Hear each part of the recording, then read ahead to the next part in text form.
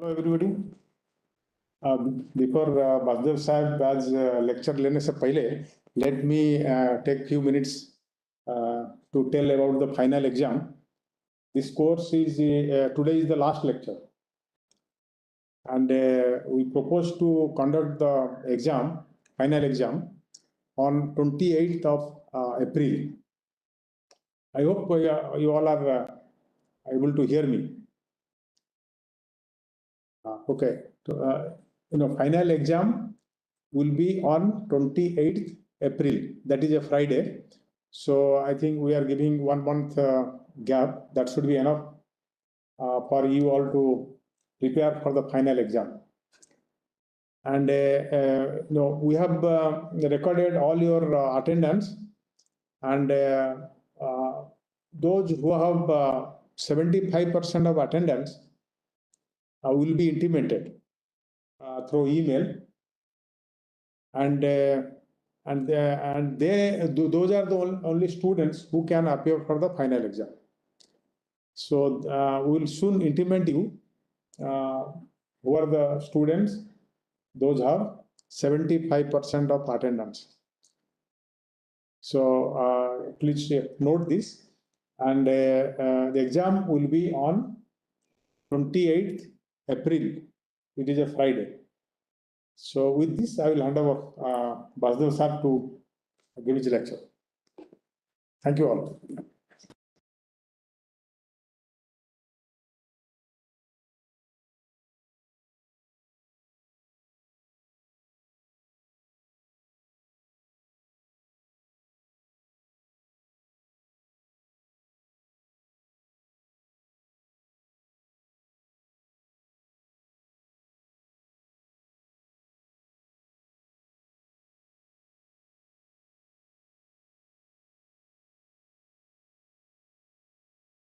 Okay, good afternoon, students. We come to the last lecture in this series of research and publication ethics. Basically, this lecture comprises the assignment, the first assignment, which is being given to you. The PPT or PDF of this lecture will be available on Anuvidya portal very soon. So you can download the assignment from the lecture, from the notes, on the PPT file, which will be available on Anuvidya very soon. Okay, so but before I talk about the assignment part today, I thought I'll give you just 2 or 3 slides on one topic which I forgot to cover during my earlier lectures. This was regarding indexing databases in research, and what are called is citations and citation indexing. So this concept of indexing in database, etc., this started fairly long back in other areas and other areas of research, not only in research, but even in other social field also. But basically, when you talk about scientific research, and if you look at the amount of information which has been generated so far down the years, it is a huge amount of scientific information, and it's really a mind-boggling amount for this information which has got generated. And most of it has stored in the form of scientific journals. And even among those journals, quite a few of them are already online, and they have many of these journals have already archived their old issues on the internet, most of them. There are some which have not yet done it. And so what is the reason for doing this archiving? Because when you have a huge amount of information, even if it is there as a heap lying somewhere, even on the electronic media. If you need to search for a particular small article or a particular string of words or a compound which you wanted to work on, you want to look for it. And if you did not have these databases and indexing, I mean, this is like looking for a needle in a haystack.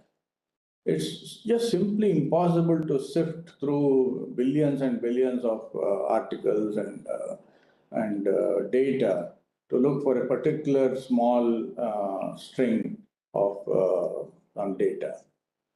So for this purpose, people started creating what are called index.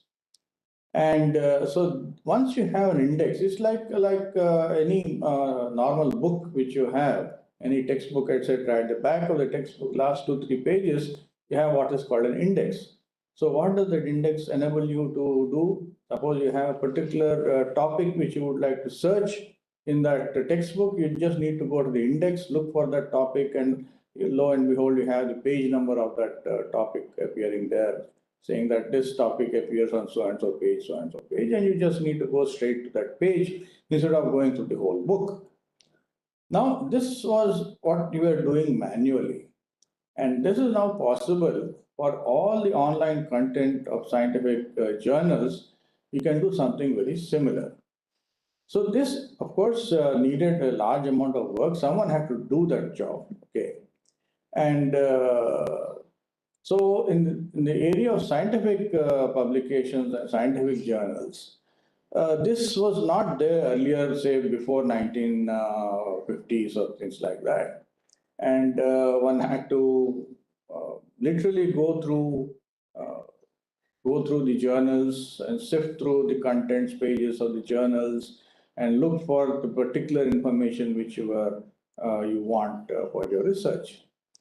So then came along one person by name Eugene Garfield, US, and he had a brilliant idea.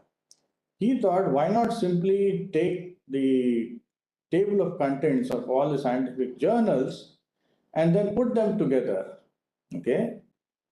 And then also take from each of this table of contents, also take the name of the author and put it in a separate database, okay? So at one glance, you have this was called the current contents, and it used to come in the form of a small journal, and most of the libraries used to subscribe for this current contents instead of subscribing for the main journals, which was again very expensive, as I explained to you in the earlier lectures. One could see the current contents and look under the particular journal contents which you are interested in, say for example, say physical nature, for example. So nature's contents for that particular week or say that particular month will be appearing in this latest issue of that current contents, and you just need to browse through those contents and look for the paper which you are interested in, and then it will also have the database for the author and his address, and one could write to that person asking you to send reprints of the article which you are interested in. See, all this appears quite,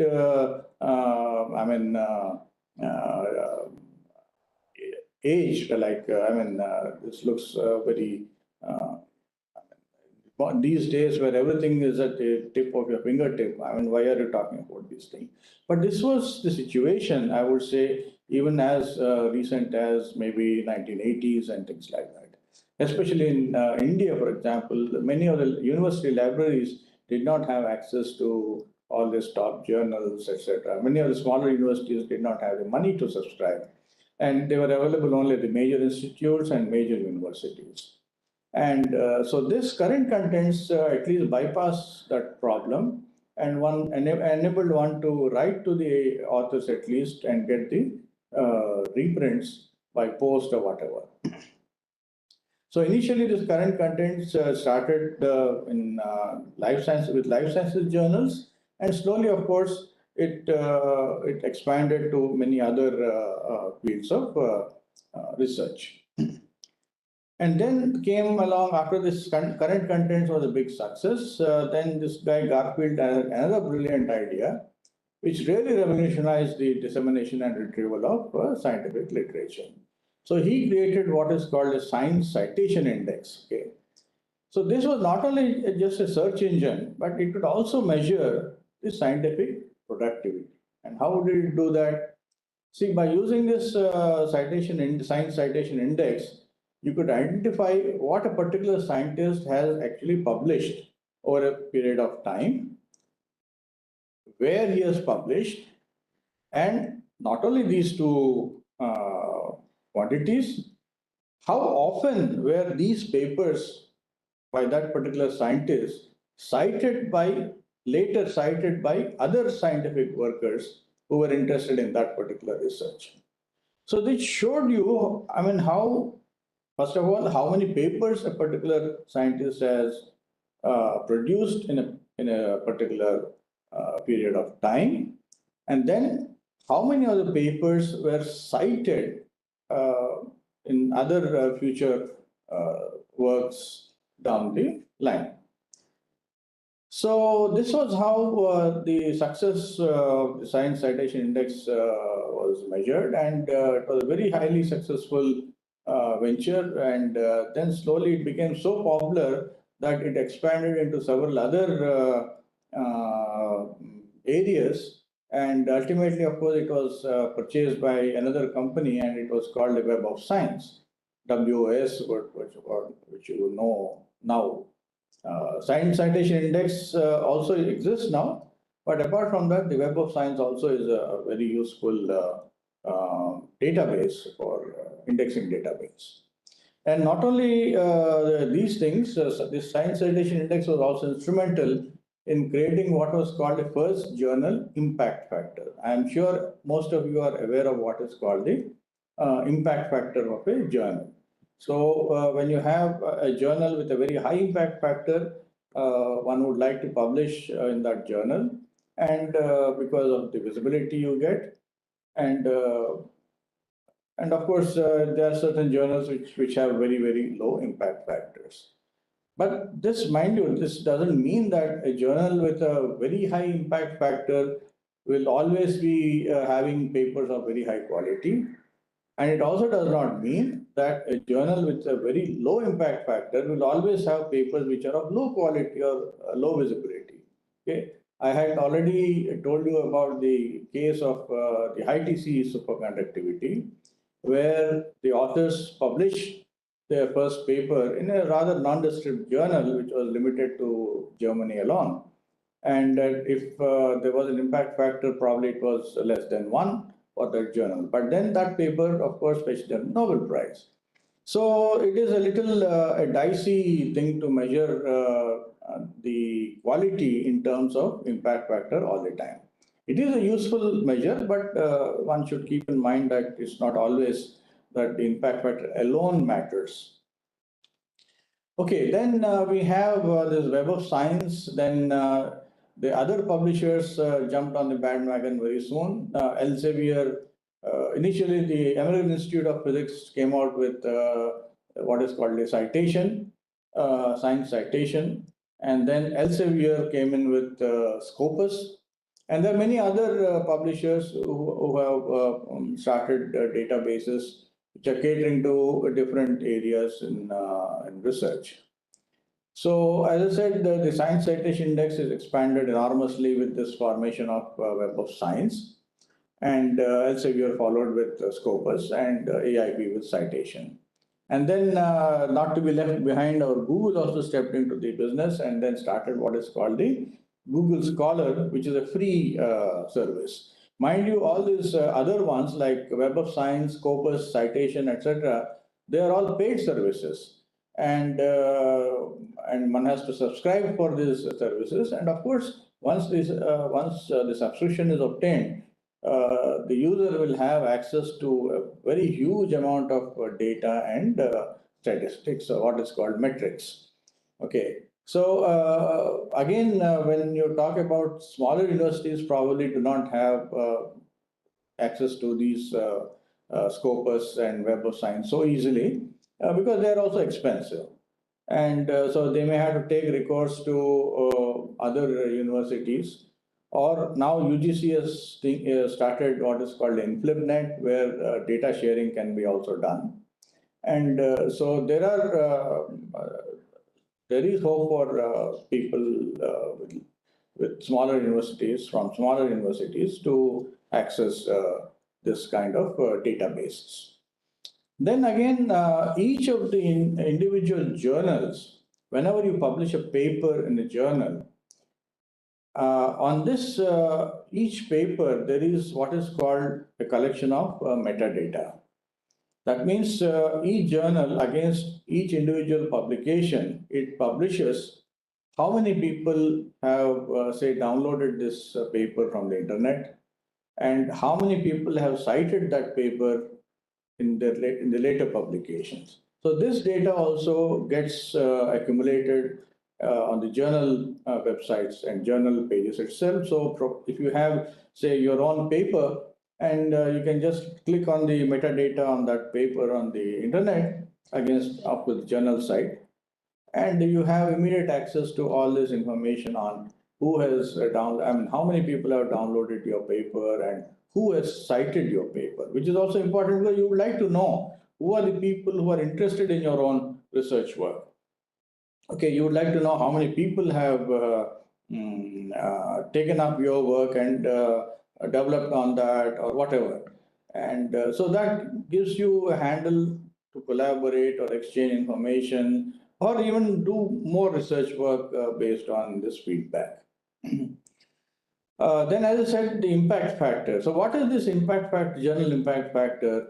So basically, it's like a statistical measure. It's an yearly mean number of citations of the articles which are published in the previous 2 years for a given journal. Okay, so that means if someone goes on citing the papers in a given journal a very large number of times, that means that particular journal and the papers of that particular journal are getting a very high visibility and are very much in demand by the scientific community.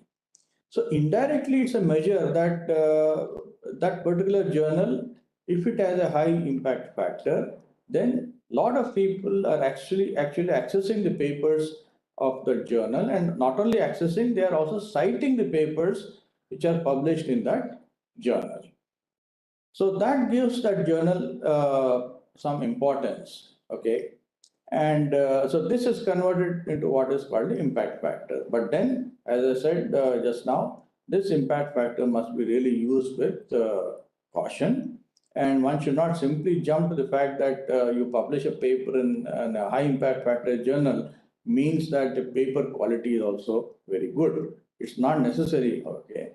But unfortunately, there are certain yardsticks which have been introduced in the country and even within the country and outside also, wherein they try to measure against individuals' publications what is the impact factor of the journal where that publication has been published, and then try to gauge the standard of that particular person and rank him along on that basis. This is not entirely a correct thing to do, because the best way to see whether a particular paper is good or not is to read that paper, or that paper must be read by an expert in that field, and then he should give feedback on that or validate that particular research. So nothing compared to reading a particular paper and then making a judgment on that. Okay, so this is what I wanted to talk to you about this indexing databases, etc., and how we do business. I mean, in our scientific research, how we go about measuring our the importance of our papers and things like that, and how we can access information through these websites and make use of this information. So just to give you one or two small examples, you can see here, this is a scopus analysis of my own publication record. And you can see that over here, it starts somewhere in 93, 94. And of course, I did not have many papers at that time. But slowly over the period of time, there were more publications. And then against more publications, there were also increased citations of my papers. So the last year, it was roughly around 270 or something at that point of time. I mean, for that year, okay. So you can see that how many citations, the total number of citations by in so many documents, and the total number of documents against my name are around this much. And this is what is called something H index, which gives you some idea about the publication record and what is it, how prolific a person is publishing papers, and against how many have cited those papers and all those things. So this is all a statistical analysis of your publication record. So this is how a scopus analysis would look like. Of course, this gives you many more other fields which you can download and see, provided, of course, you have access to the website. And then you can have, this is a Google Scholar example, which is free. Anyone can register for this Google Scholar and look at the publication profile. So this also gives you a fairly good amount of data.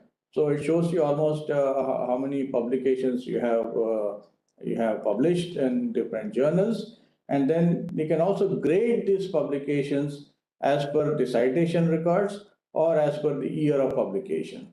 So here, say for example, this set of publication have been cited, have been graded as per the citation record. And you can see that one particular paper of mine has received so far roughly about 162 citations. See, just the number of citations is not the final measure. It also depends on what is the period of time during which these many citations have been collected. So one has to also look at the year of publication, and then the shorter the period and more number of citations, that also gives an indication of how popular that particular publication is.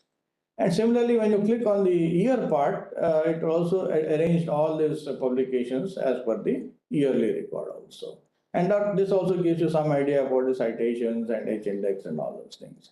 So these are the typical ways in which you can actually collect and get data from all the scientific databases. Okay, fine. So that was what I wanted to talk to you about scientific databases and impact factor and all those things. So now we move on to the assignment, the first assignment, which I'll be now talking about. Of course, I will not give you the answers now. You are expected to write the answers and then send them to us. And I'll just go through the paper, and this paper will be available to you within a day or so. I think they will be uploaded on the Anuvidya portal, and you can download it directly from there. In case you have difficulties in downloading that from Anuvidya, please write to me or the coordinator. We will immediately send you the paper. Okay, it comprises two sections, A and B. In the first section, you need to answer any 10 questions out of, I think, 12 are given there. And very simple questions. They are all, you are expected to write in 1 or 2 lines, not more than that. So it's a very simple things like state the 4 cardinal virtues of Plato, which I talked about. And mind you, all these questions are based on whatever I have talked about in my last 10 lectures. And there are certain quotes which I have told you about. So you just need to tell me who has quoted this, okay? Then what is meant by research integrity, and define plagiarism, and what are different types of plagiarism? What is a moral dilemma? I have talked to you at length on moral dilemma. I've almost taken a half lecture on that, half a lecture class on that. Then who was this person Bauddhan, and what was he famous for? Okay.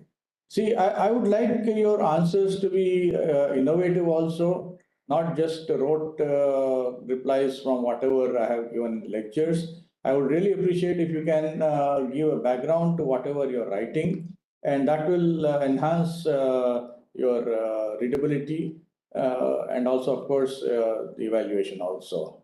Then what are salami publications? What did Einstein mean when he said God does not play dice? So I expect you to give a very brief idea about why he said this statement, okay? And also what this statement did not imply also. I talked to you about that. What is COPE? I have told you about COPE. Then what is the penalty for level 1 plagiarism for a student thesis in India? What is conflict of interest? What is gift authorship? So these are the 12 questions. I think you are expected to answer any 10 out of this. Then we come to the second section, section B. There will be 8 questions in this. You are expected to answer all the 8 questions. And in each question, there's a choice within each question, A or B. So you can answer either A or you can answer B. So the first question, of course, it refers to something what you call moral dilemmas. And I request you to read the questions carefully, exercise your mind on this. And I don't expect everyone to give the same answers, okay? Because this is philosophy. And no two persons will have the same philosophy, okay? So you please give original answers, your own, use your originality, use your enterprise, and then give answers to these questions. So this again, the same question, the second part, you can answer any one of them, A or B, okay? And this one is on self-driving cars, or what are called autonomous vehicles. Then question number 3 is explain about philosophy and ethics in brief. How does philosophy influence human ethics? And if science should have an ethical framework, what should be the basis for such a framework? And give some examples of some typical ethical problems when private companies fund research in universities or institutes. Okay. Or the other choice is scientific conduct can be good or bad. So how will you differentiate between good scientific conduct and bad scientific conduct? How will you classify scientific misconduct, and what are the steps one needs to take to prevent this scientific misconduct? The next question is, okay, this is something which again, I want you to exercise your mind and imagination. You have discovered a novel and path-breaking idea while carrying out your research. So what steps would you take in order that you get the credit that is due and that you own your research? And how do you protect yourself from getting scooped? Or other choices, fabrication, falsification, plagiarism. I have talked about it a lot. They are considered as very serious misconducts. Now, please differentiate between these 3 cases of misconduct and also tell me what are the consequences of data fabrication and what are the consequences of data falsification. Then next question is, what is conflict of interest? And in scientific research and publication, who are the people who have conflicts of interest? And I told you something about declared conflict of interest and undeclared conflict of interest. Try to differentiate between these two and elaborate. Then UGC has defined different levels of plagiarism, and they have imposed different levels of penalty on the research scholars. So what are these different levels and what are these different levels of penalty? And why do people indulge in plagiarism? And then when you're writing a manuscript, for example, so what should be the correct way if you want to verbatim use a passage or a text section from a previously published paper?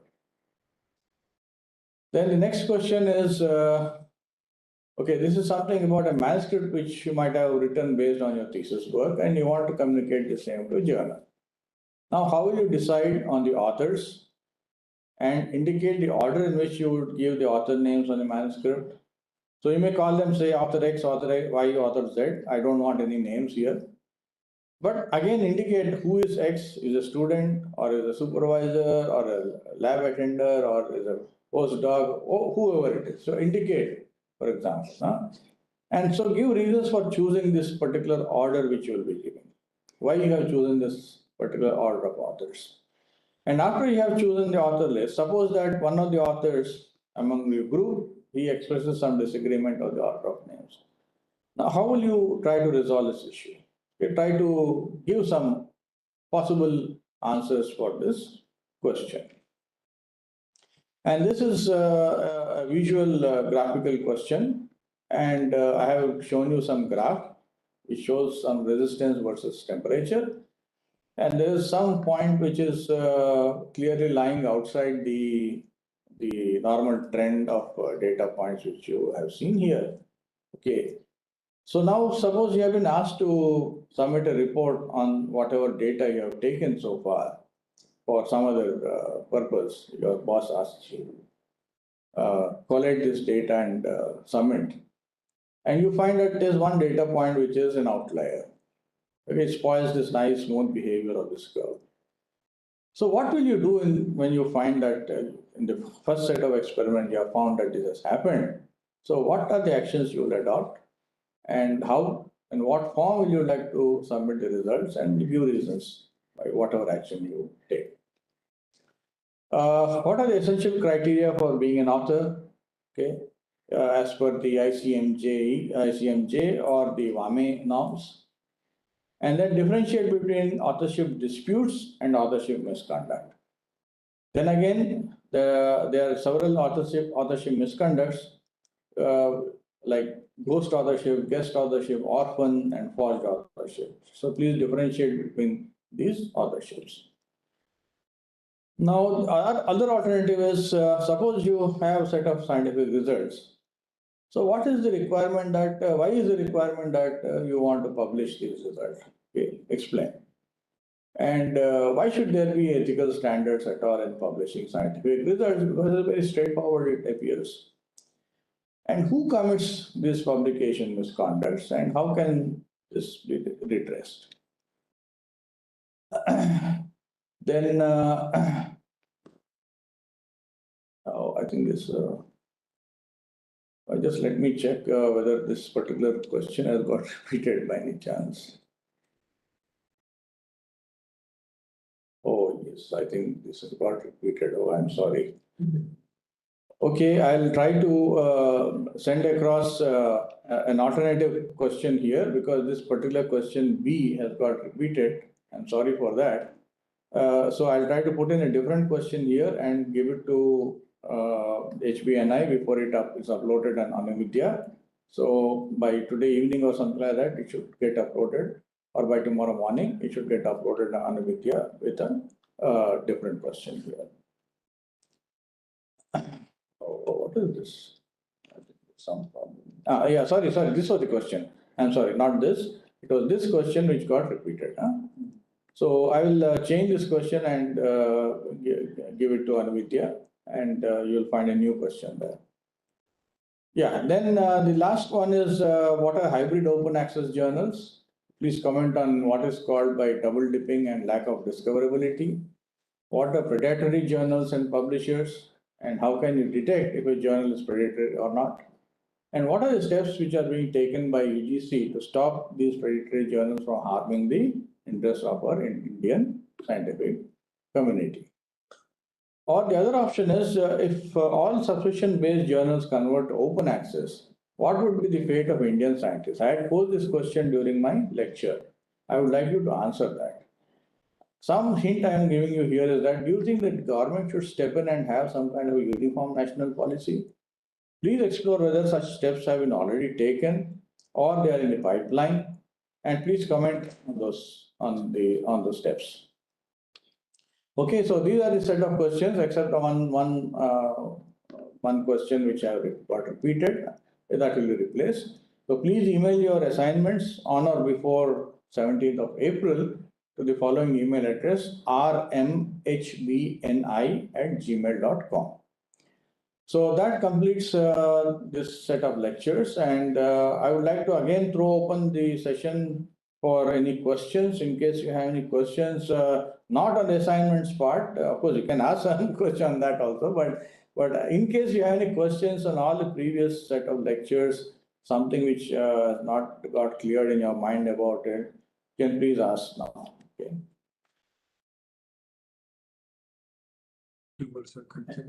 Yeah, if there are any questions, please let me know.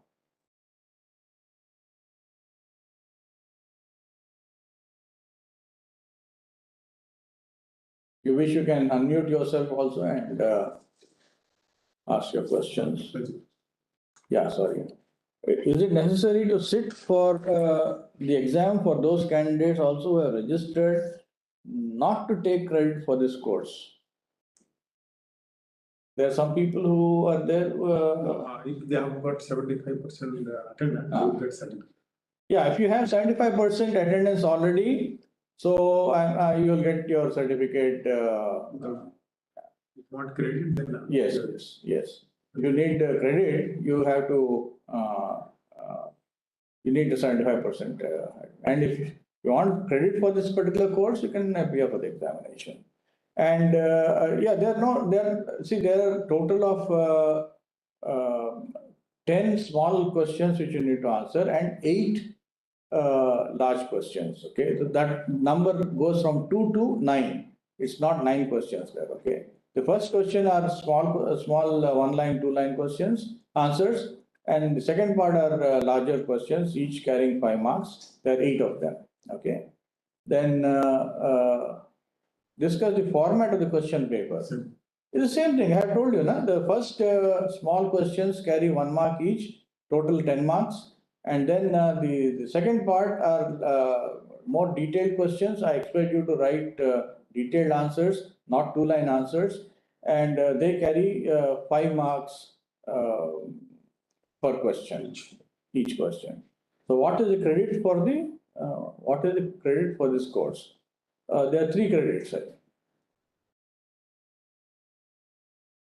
How will the final exam on 28th April be taken, sir? Will it be online or assignment based? It will be physical at each of your individual centers or institutes, where it will be your own coordinators will coordinate that exam at your place of work. So it will be, if you are say at IGCAR Kalpakkam, you will have to take the examination at IGCAR Kalpakkam. It's like that.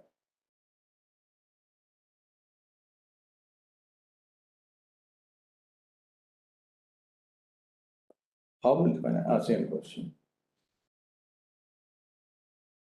Any questions on the course content, etc., or